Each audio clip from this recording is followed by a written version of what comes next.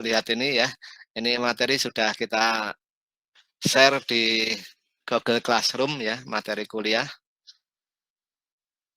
Ya, statistika itu dijelaskan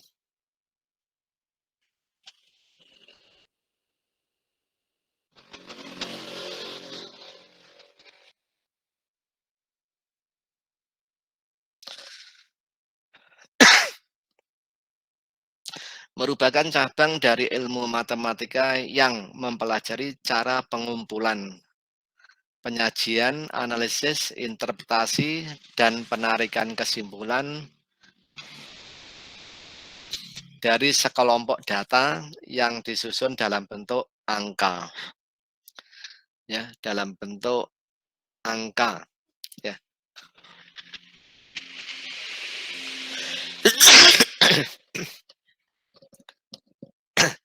Nah, jadi statistika itu ya agak batuk Wahid.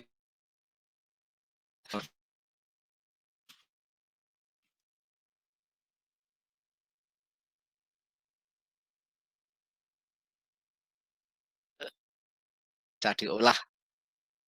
Nah, itu data itu apa saja ya. Nah, awalnya data itu yaitu berbentuk angka. Ya, kalau ada data seperti itu, ya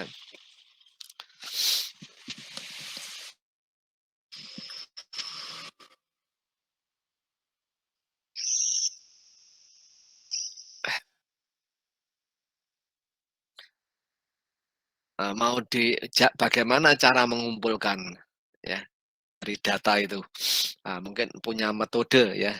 Jadi cara pengumpulannya itu mudah. Nah,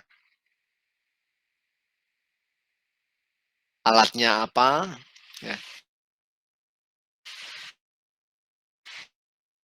atau alat-alat sederhana ya alat tulis.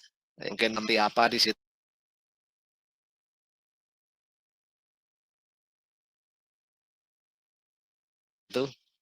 Sepeda motor yang rame ya, mungkin rame ini padat sekali, memungkinkan untuk dicarikan alternatif apa tidak ya, cari alternatif kok sulit. Mungkin ada yang mulai ada dengan drone ya akhirnya ya, mungkin kemana-mana macet, jalan kemana macet. Kalau pas normal ya, pada saat normal itu kan pada saat jam berangkat dan jam pulang ya di sekitar kampus itu kan jalannya banyak yang macet ya, macet. Nah, sehingga jalan besar tapi perjalanan sangat lambat. Nah, itu dicatat ya, dicatat bisa saja ya, hanya ya mungkin hanya dia datang bawa pulpen, bawa buku, nah, dicatat. Nah, jumlah mobil jam sekian sampai sekian. Ini karena macet, ini terkumpul berapa kendaraan. Nah, mobilnya misalnya ada yang bisa lewat 100, nah, sepeda motornya mungkin 500 ya. Tapi kemacetannya mungkin sampai berapa ya? Oh, sampai tidak bisa berjalan itu sebagian ruas jalan itu sebagian kecil, ada juga yang mungkin memanjang bahkan berkilo-kilo. Jadi kalau macet berkilo-kilo panjang gitu ya, seolah-olah tidak macet ya, memang tidak boleh jalan cepat ya, ya jalannya hanya pelan itu saja. Nah, di kota-kota besar kadang-kadang banyak macet, banyak lampu ya, lampu merah ya, hijau,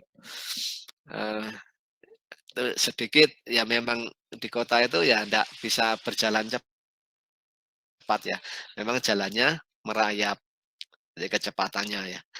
Nah, itu berarti penelitiannya ya kadang-kadang dapat dilakukan dengan cara yang alat yang mudah ya, hanya datang ke lokasi ya dengan pulpen dan kertas, ya itu bisa sudah cukup ya, untuk dianalisa, menghasilkan data angka,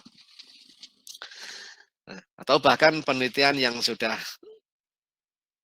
agak tinggi untuk mengumpulkan data, nah itu sudah memakai alat-alat bantu ya, terus mungkin sensor dan lain-lain ya, sehingga bisa yang nangkap itu bukan hanya kita ya, tapi ada alat untuk menangkap ya, CCTV ya, ada sensor jarak jauh ya, bahkan mempergunakan sekarang drone ya, sekarang drone untuk pemetaan wilayah, misalnya wilayah itu tidak mungkin kalau didekati oleh manusia dengan fisiknya masuk ke wilayah itu ya. Biasanya wilayah gunung, setelah tinggi, terjal ya ke bawah. Sehingga ke sana kalau ndak orang yang memang panjat tebing, yang ahli-ahli panjat tebing, tidak akan bisa masuk ke sana. Nah, mungkin sekarang bisa saja daerah-daerah yang mungkin agak yang tidak terjangkau di situ, eee, ada yang berusaha mengoperasikan yaitu drone ya, pesawat kecil-kecilan itu ya yang bisa terbang, dikontrol, ini jalan kemana ke atas, ke bawah, sambil memfoto ya, memfoto daerah yang dituju. Nah, itu berarti alatnya ya berbeda lagi ya. Nah, jadi bagaimana mengumpulkan data, menyajikan, menganalisis, interpretasi ya, interpretasinya bisa, memperkirakan ya. Jadi kalau data gini ya kira-kira prediksinya seperti apa, dan penarikan kesimpulan. Dikerjakan dan data ya awalnya konsep itu ya berupa angka ya, setelah itu kan dihitung-hitung ya.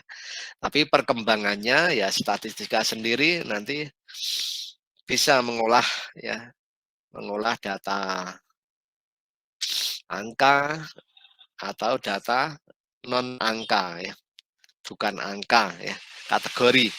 Kategori mungkin suatu keadaan ya. Nah, itu sudah ada metode komputasinya ya. Kalau data bukan berupa angka, berarti ada statistik, parametrik, dan non parametrik ya, itu aja. Jadi yang bukan parameter mungkin ya bukan angka ya, jadi sesuatu yang tidak bisa dijumlahkan, hanya misalnya sukses, gagal, sukses,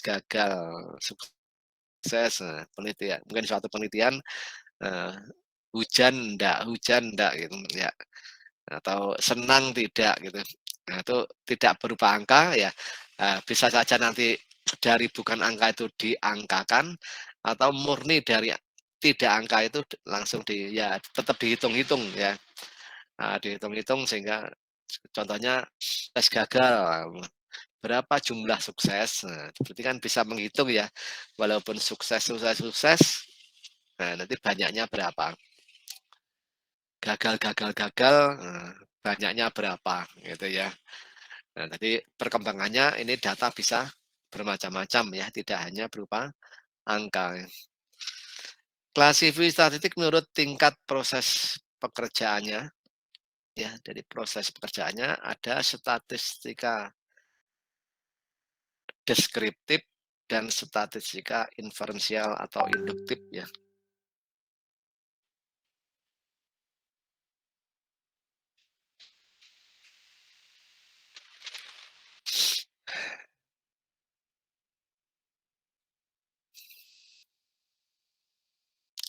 Kalau deskriptif ya statistika deskriptif metode untuk mengumpulkan dan menghitung data, dari metode untuk mengumpulkan data, terus dihitung-hitung, sesuai dengan keperluannya, serta menganalisis secara kuantitatif.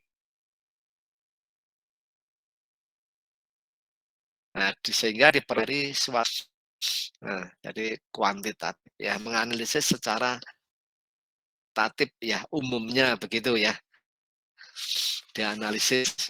Biasanya, di sini itu ya mungkin orang-orang skripsi ya, saat skripsi di Filkom, yang itu biasanya kalau di teknik komputer mungkin banyak kadang-kadang membuat alat ya, membuat alat-alat mikrokontrol gitu ya, atau sejenisnya ya. Tapi kalau di informatika itu kan mengumpulkan data, terus dengan metode tertentu, terus akhirnya bisa mengetahui sifat dari kelompok data tersebut ya, di dapat mengetahui karakteristik ya. Tapi kalau induktif, metode yang berisi aturan-aturan dan cara-cara yang sudah dipakai sebagai alat untuk menarik kesimpulan yang berlaku secara umum, yang datanya disusun dan dari data statistik. Ini deskriptif ya ini ya, statistik deskriptif. Ini lanjutannya ya. Jadi statistika inferensial itu cara-cara yang dipakai sebagai alat untuk menarik kesimpulan. Jadi sebagai cara untuk menarik kesimpulan. Nah, kalau di sini kan sudah dianalisa ya. Kalau data itu berarti sifat data itu sudah seperti ini ya. Sifat data seperti ini, sifat data seperti ini. Ya. Nah, di sini itu bagaimana menarik kesimpulan. Nah, dari yang sudah dikerjakan oleh deskriptif ini.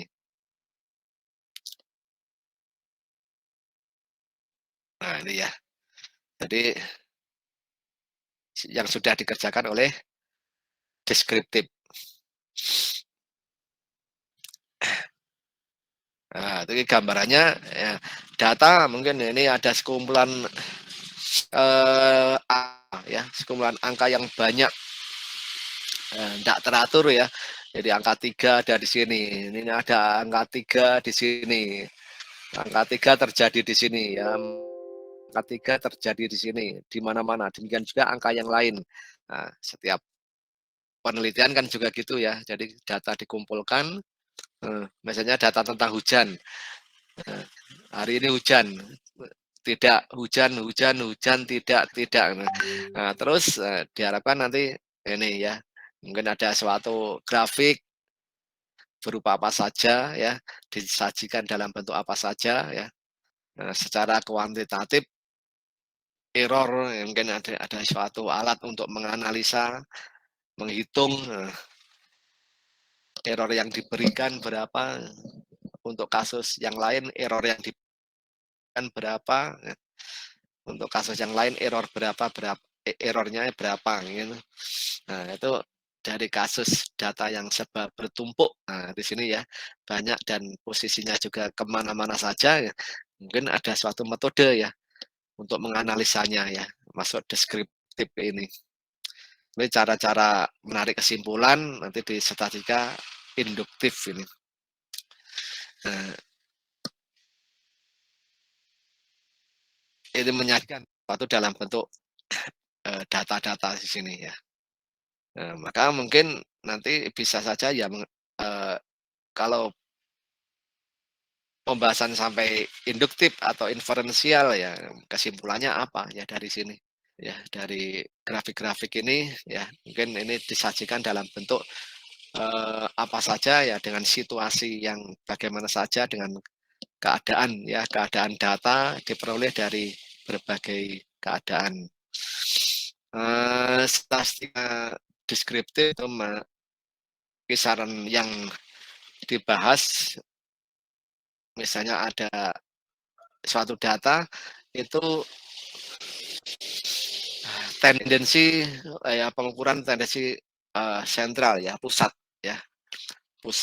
Data itu kalau ada suatu data mungkin ada pusatnya ya, pusat data ya, itu pusat data itu ya bermacam-macam ya, ada min, median, dan modus ya, itu yang sering dipakai ya dalam statistik. Ada ya, sebenarnya ada pemusatan ya, kira-kira data itu banyak menyebar di mana, nilai tengah ya istilahnya ya.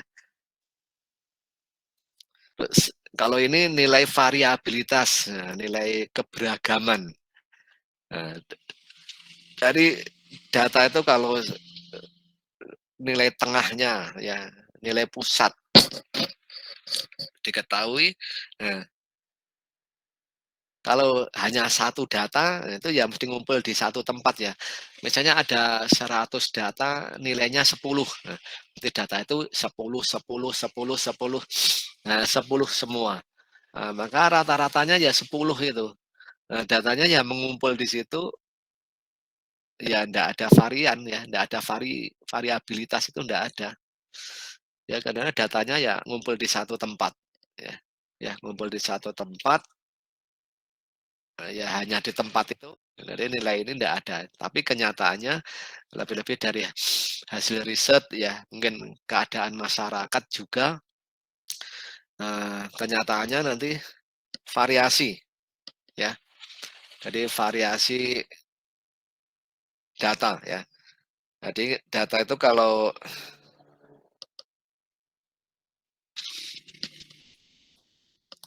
diambil rata-rata, di situ, eee, data yang lain itu dengan rata-rata itu mungkin tetap di sekitarnya ya, ndak pas.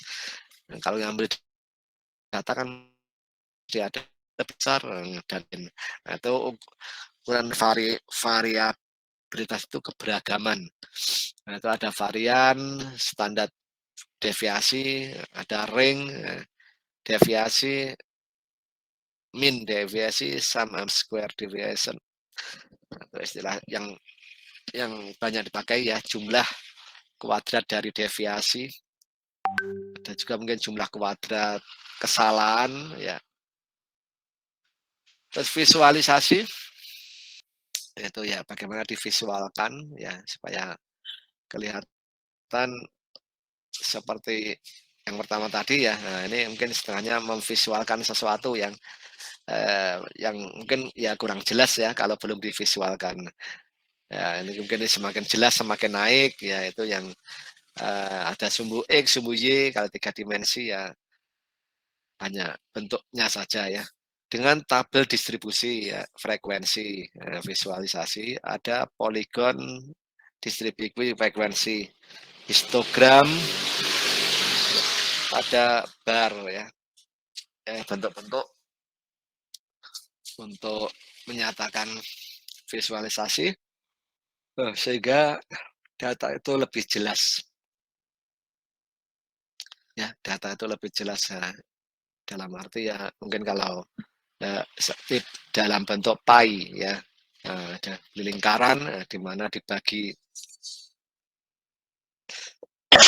misalnya suatu pemilihan bupati, setelah quick count, mungkin bupati ini ditulis, itu berarti menjadi data ya, data masukan. Nah, setelahnya bisa divisualkan, yang memilih berapa, akhirnya berapa persen. Nah, akhirnya bisa digambarkan dalam bentuk lingkaran itu. Nah, mungkin dia memperoleh berapa persen ya, kelihatan langsung ya. Tapi kalau disajikan data, wah ini berapa-berapa data aslinya, lebih-lebih data aslinya, sudah pusing duluan. Oh datanya banyak, oh ribuan. Nah, ini kalau sudah diringkas mungkin dalam bentuk suatu grafik, nah baru kelihatan ya, mungkin dalam bentuk histogram, bar ya. Nah, itu ya, jadi bisa ringkas, jelas. Kita tidak payah untuk melihat ya sekilas, oh ini yang menang mana ya. Jadi bagi orang awam kalau tidak tahu angka-angkanya pun karena angkanya itu mungkin bisa ribuan ya. Nah, itu disajikan dengan grafik eee, yang jelas itu mudah mengetahui.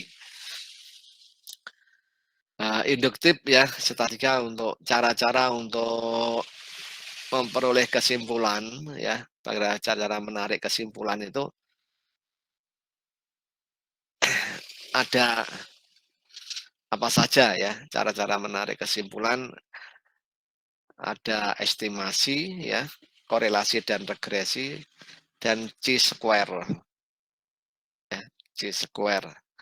Mungkin ada bagus dan tidak ya. Nah, itu ini ya, kalau sudah katakan Setelah hitungan-hitungan tertentu, kalau sudah, melibatkan tabel ini, berarti sudah mulai induktif ya, karena kan mau menarik kesimpulannya apa, ya itu dengan alat, berdasarkan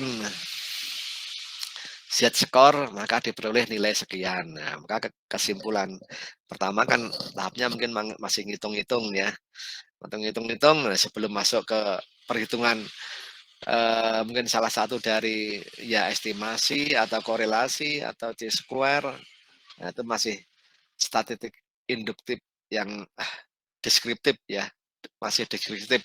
Baru kalau sudah menggunakan metode-metode di sini, nah itu ada beberapa cara-cara ya untuk menarik kesimpulan, itu baru induktif. Nanti ada tabel Z, nah tabel Z itu tabel yang dibuat ya kita asumsikan benar ya sampai sekarang tabel Z,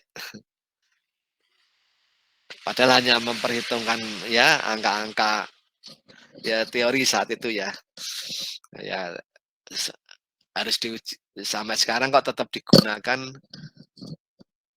kalau saya sih ya hanya sebatas digunakan untuk ya pelajaran ya, untuk ngajar, nggak tahu kalau di praktek di lapangan, nanti ya tergantung pimpinannya ya. Nah, pimpinannya bagaimana, "Oh ini sesuai dengan tabel ini misalnya perlakuan yang cocok itu mana?" Ya, "Perlakuan ini sangat bagus." Ya, contohnya percobaan tanaman ya, tanaman, di lahan yang subur ya, mungkin sudah subur, karena subur, mungkin ditanam gitu aja mungkin sudah ada hasilnya. Eee, tapi dia berusaha menambah perlakuan, nah ditambah pupuk mungkin ya, pupuk NPK ya, ada mungkin pupuk yang mencoba berbagai jenis pupuk, dengan tabel itu akhirnya mungkin tidak berbeda nyata. Nah, dalam arti berarti secara keilmuan karena tidak bermencatatan itu tidak pengaruh ya di,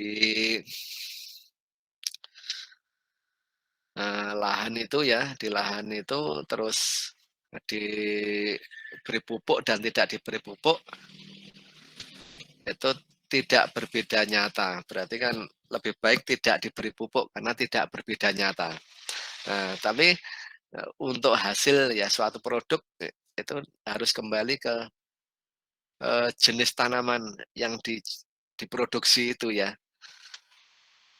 Eee, jadi hasilnya mungkin yang lihat di situ adalah hasil per kilonya ya. Kalau per kilonya katakan tidak berbeda nyata ya, tapi harganya mungkin sangat mahal ya. Ya jadi beda 1 kilo aja ya, mungkin uangnya bagi masyarakat tertentu itu sudah mahal, mungkin 50 juta ya, kalau 1 kilo 50 juta ya, tanaman apa itu ya, tanaman obat. Nah,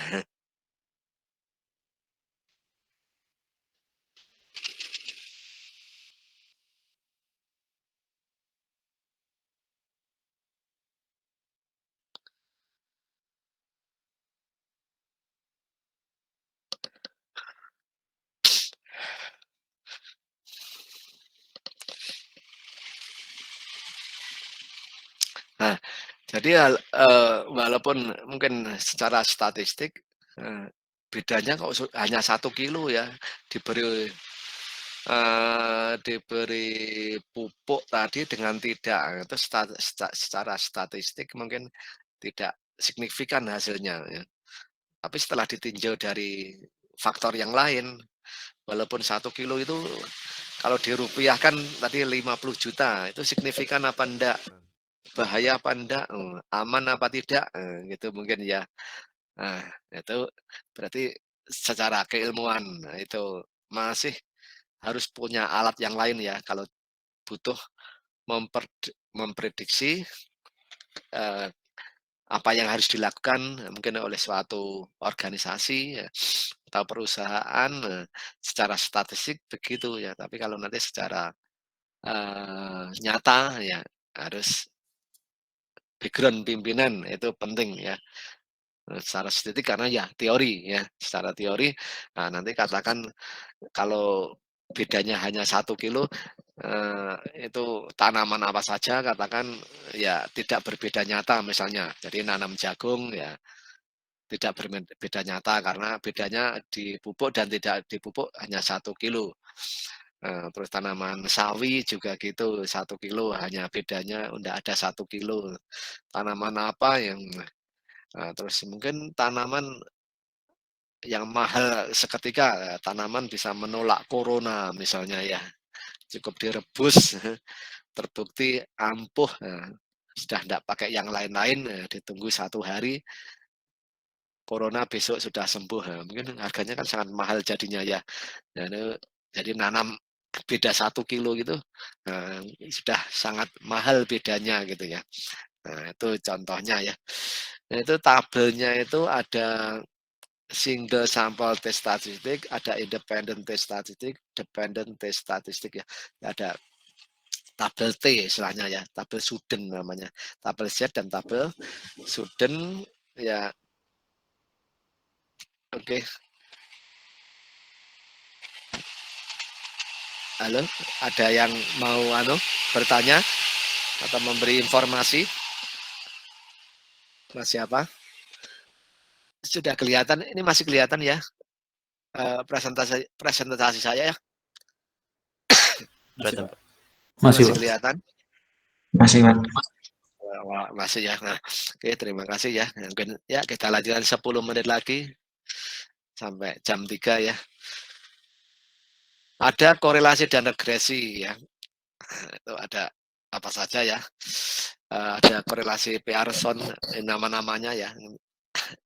Untuk menarik kesimpulan, ada Chi-square, itu ada GOF ya, test for goodness of fit, test of independency, ketergantungan atau kebebasan ya, daripada mungkin variabel-variabel yang terlibat di sana.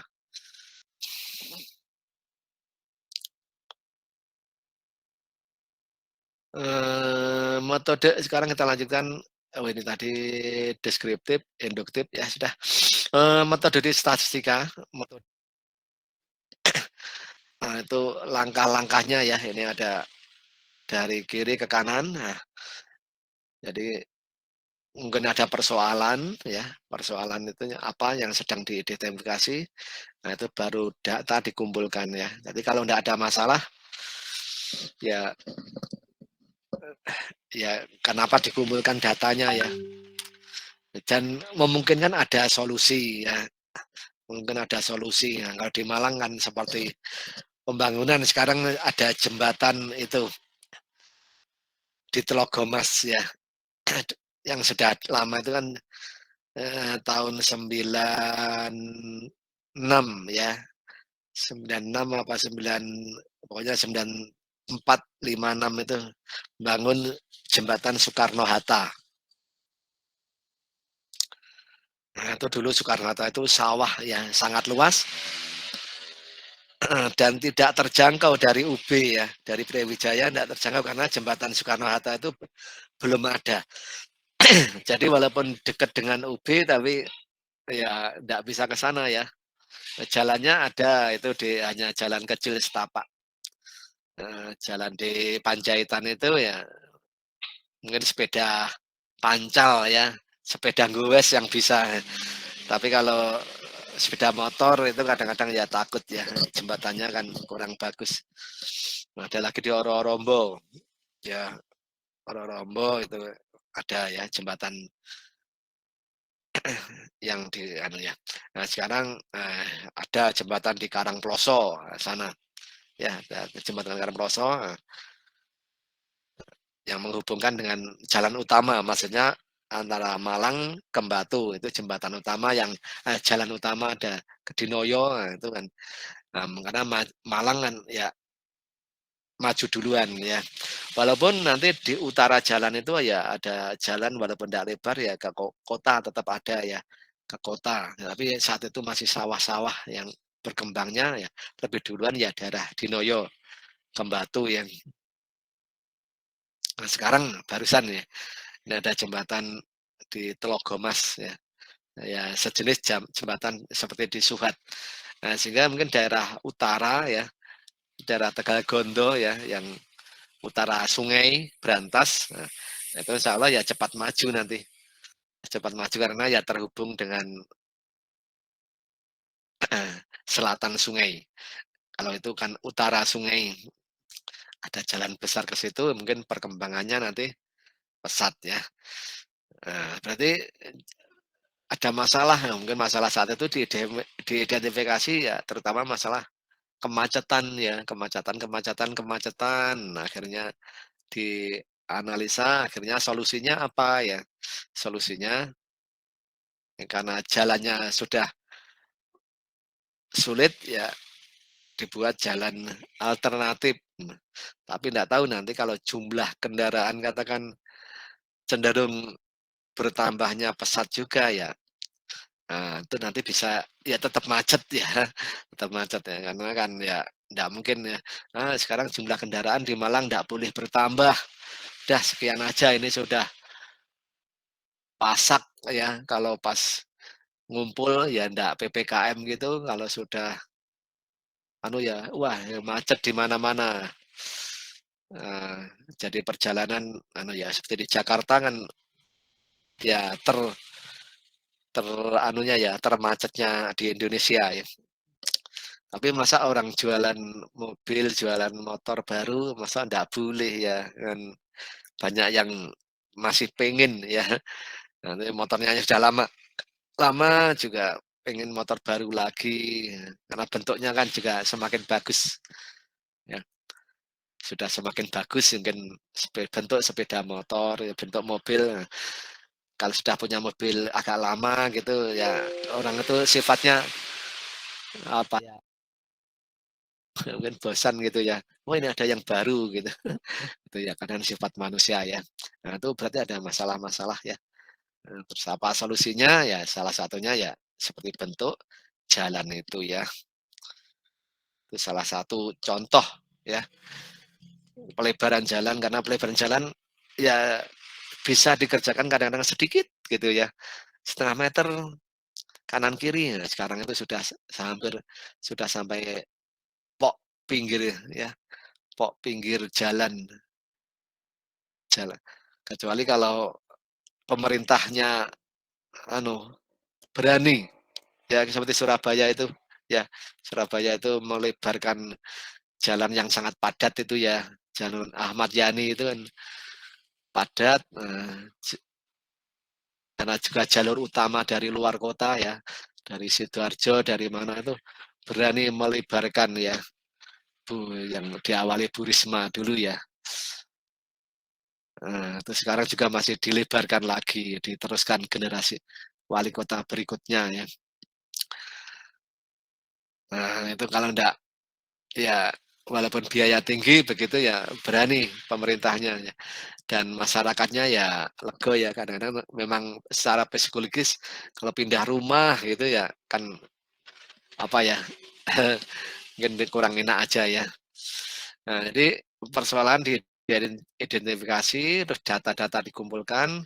Nah, mungkin ini ada tidak hanya pengelompokan ya, jadi mungkin proses komputasi itu, ya penghitungan-penghitungan dilakukan ya, terus mungkin dianalisis. Setelah dianalisis ya bisa dilakukan penarikan kesimpulan, ya termasuk alat untuk menghitung, mengelompokkan ini juga banyak metode, masing-masing punya pengumpulan data juga punya metode sendiri ya, alat analisis juga juga berbagai metode. Nah, jadi bisa ya tergantung apa yang dipilih. Nah, statistika juga berkembang sendiri ya. Jadi ilmu dulu yang sebagai alat dipakai di banyak bidang ya, statistika itu. Jadi bidang ilmu eksakta maupun ilmu sosial karena bagaimana ini kalau ada mengumpulkan data ini saya bisa menyimpulkan apa. Nah, itu kan nggak bisa bagi orang non statistika harus mengembangkan sendiri, itu kan nggak boleh ya. Karena yang diakui ya di ilmu statistika ini, dan statistika ini terus dikembangkan oleh ahlinya juga. Ya, maka di Brawijaya kan ada jurusan statistika ada sendiri ya. Jadi ada sendiri S1, S2, kayaknya S3-nya ya proses ya ini ya. Jadi ilmu statistika sendiri ya berkembang begitu ya. Padahal dulunya hanya sebagai alat ya, alat yang digunakan oleh ilmu-ilmu di bidang lain. Ya, ilmu eksak menggunakan ya untuk analisis ya menggunakan statistika, dan ilmu sosial ya, lebih-lebih ilmu sosial. Nah, jadi statistika itu dipakai di bidang mana-mana saja ya. Banyak ya dipakai ya, lebih-lebih sekarang ilmu statistika ya ilmu yang juga pengembangnya ada sendiri. Ini maka yang diakui ya. Kadang-kadang orang ya, yang di luar statistika kok mengembangkan ilmu statistika itu ya, masalahnya nanti ahlinya atau bukan. Nah, kalau bukan ahlinya kan ya tidak diakui ya, hanya dikira benar sendiri gitu. Tapi yang berhak ya riset apa benar mengembangkan, benar yang diakui memang dari ilmu statistika sendiri ya. Manfaat statistika ya. Statistika digunakan ilmuwan perekayasa untuk membuat simpulan ya, kesimpulan atau simpulan dari suatu teori melalui suatu eksperimen, pengamatan dan pencatatan nilai satu atau lebih variabel menjadi pokok perhatiannya. Ya, ini konsep statistika dapat digunakan analisis data, prediksi, uji hipotesis, ilmu statistik. Ya, jadi intinya membuat simpulan yang manfaatnya, kesimpulannya apa ya, secara inferensial ya. Tadi kan dari cara-cara untuk memperoleh kesimpulan. Oke ya, mungkin secara daring kita akhiri untuk session ini ya. Mungkin silakan kalau ada yang ditanyakan, uh, bisa ya, bisa ditanyakan.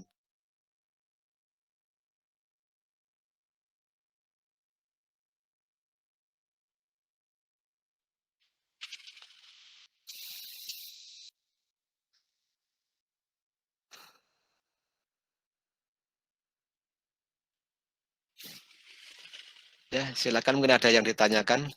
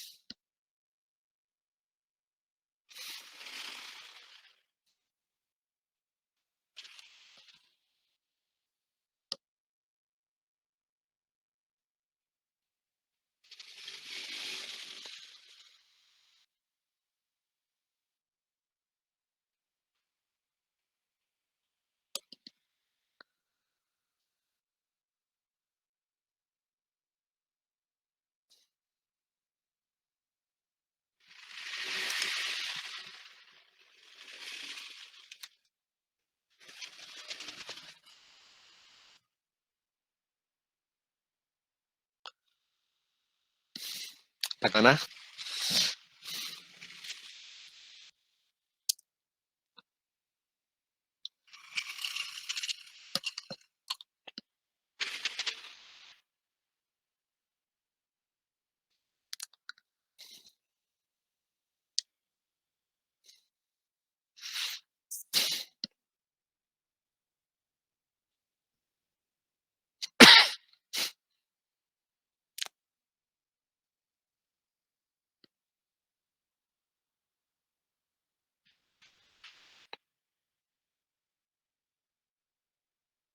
Oke, nanti tolong di-capture-kan ya, Mas Hakim ya. Ilham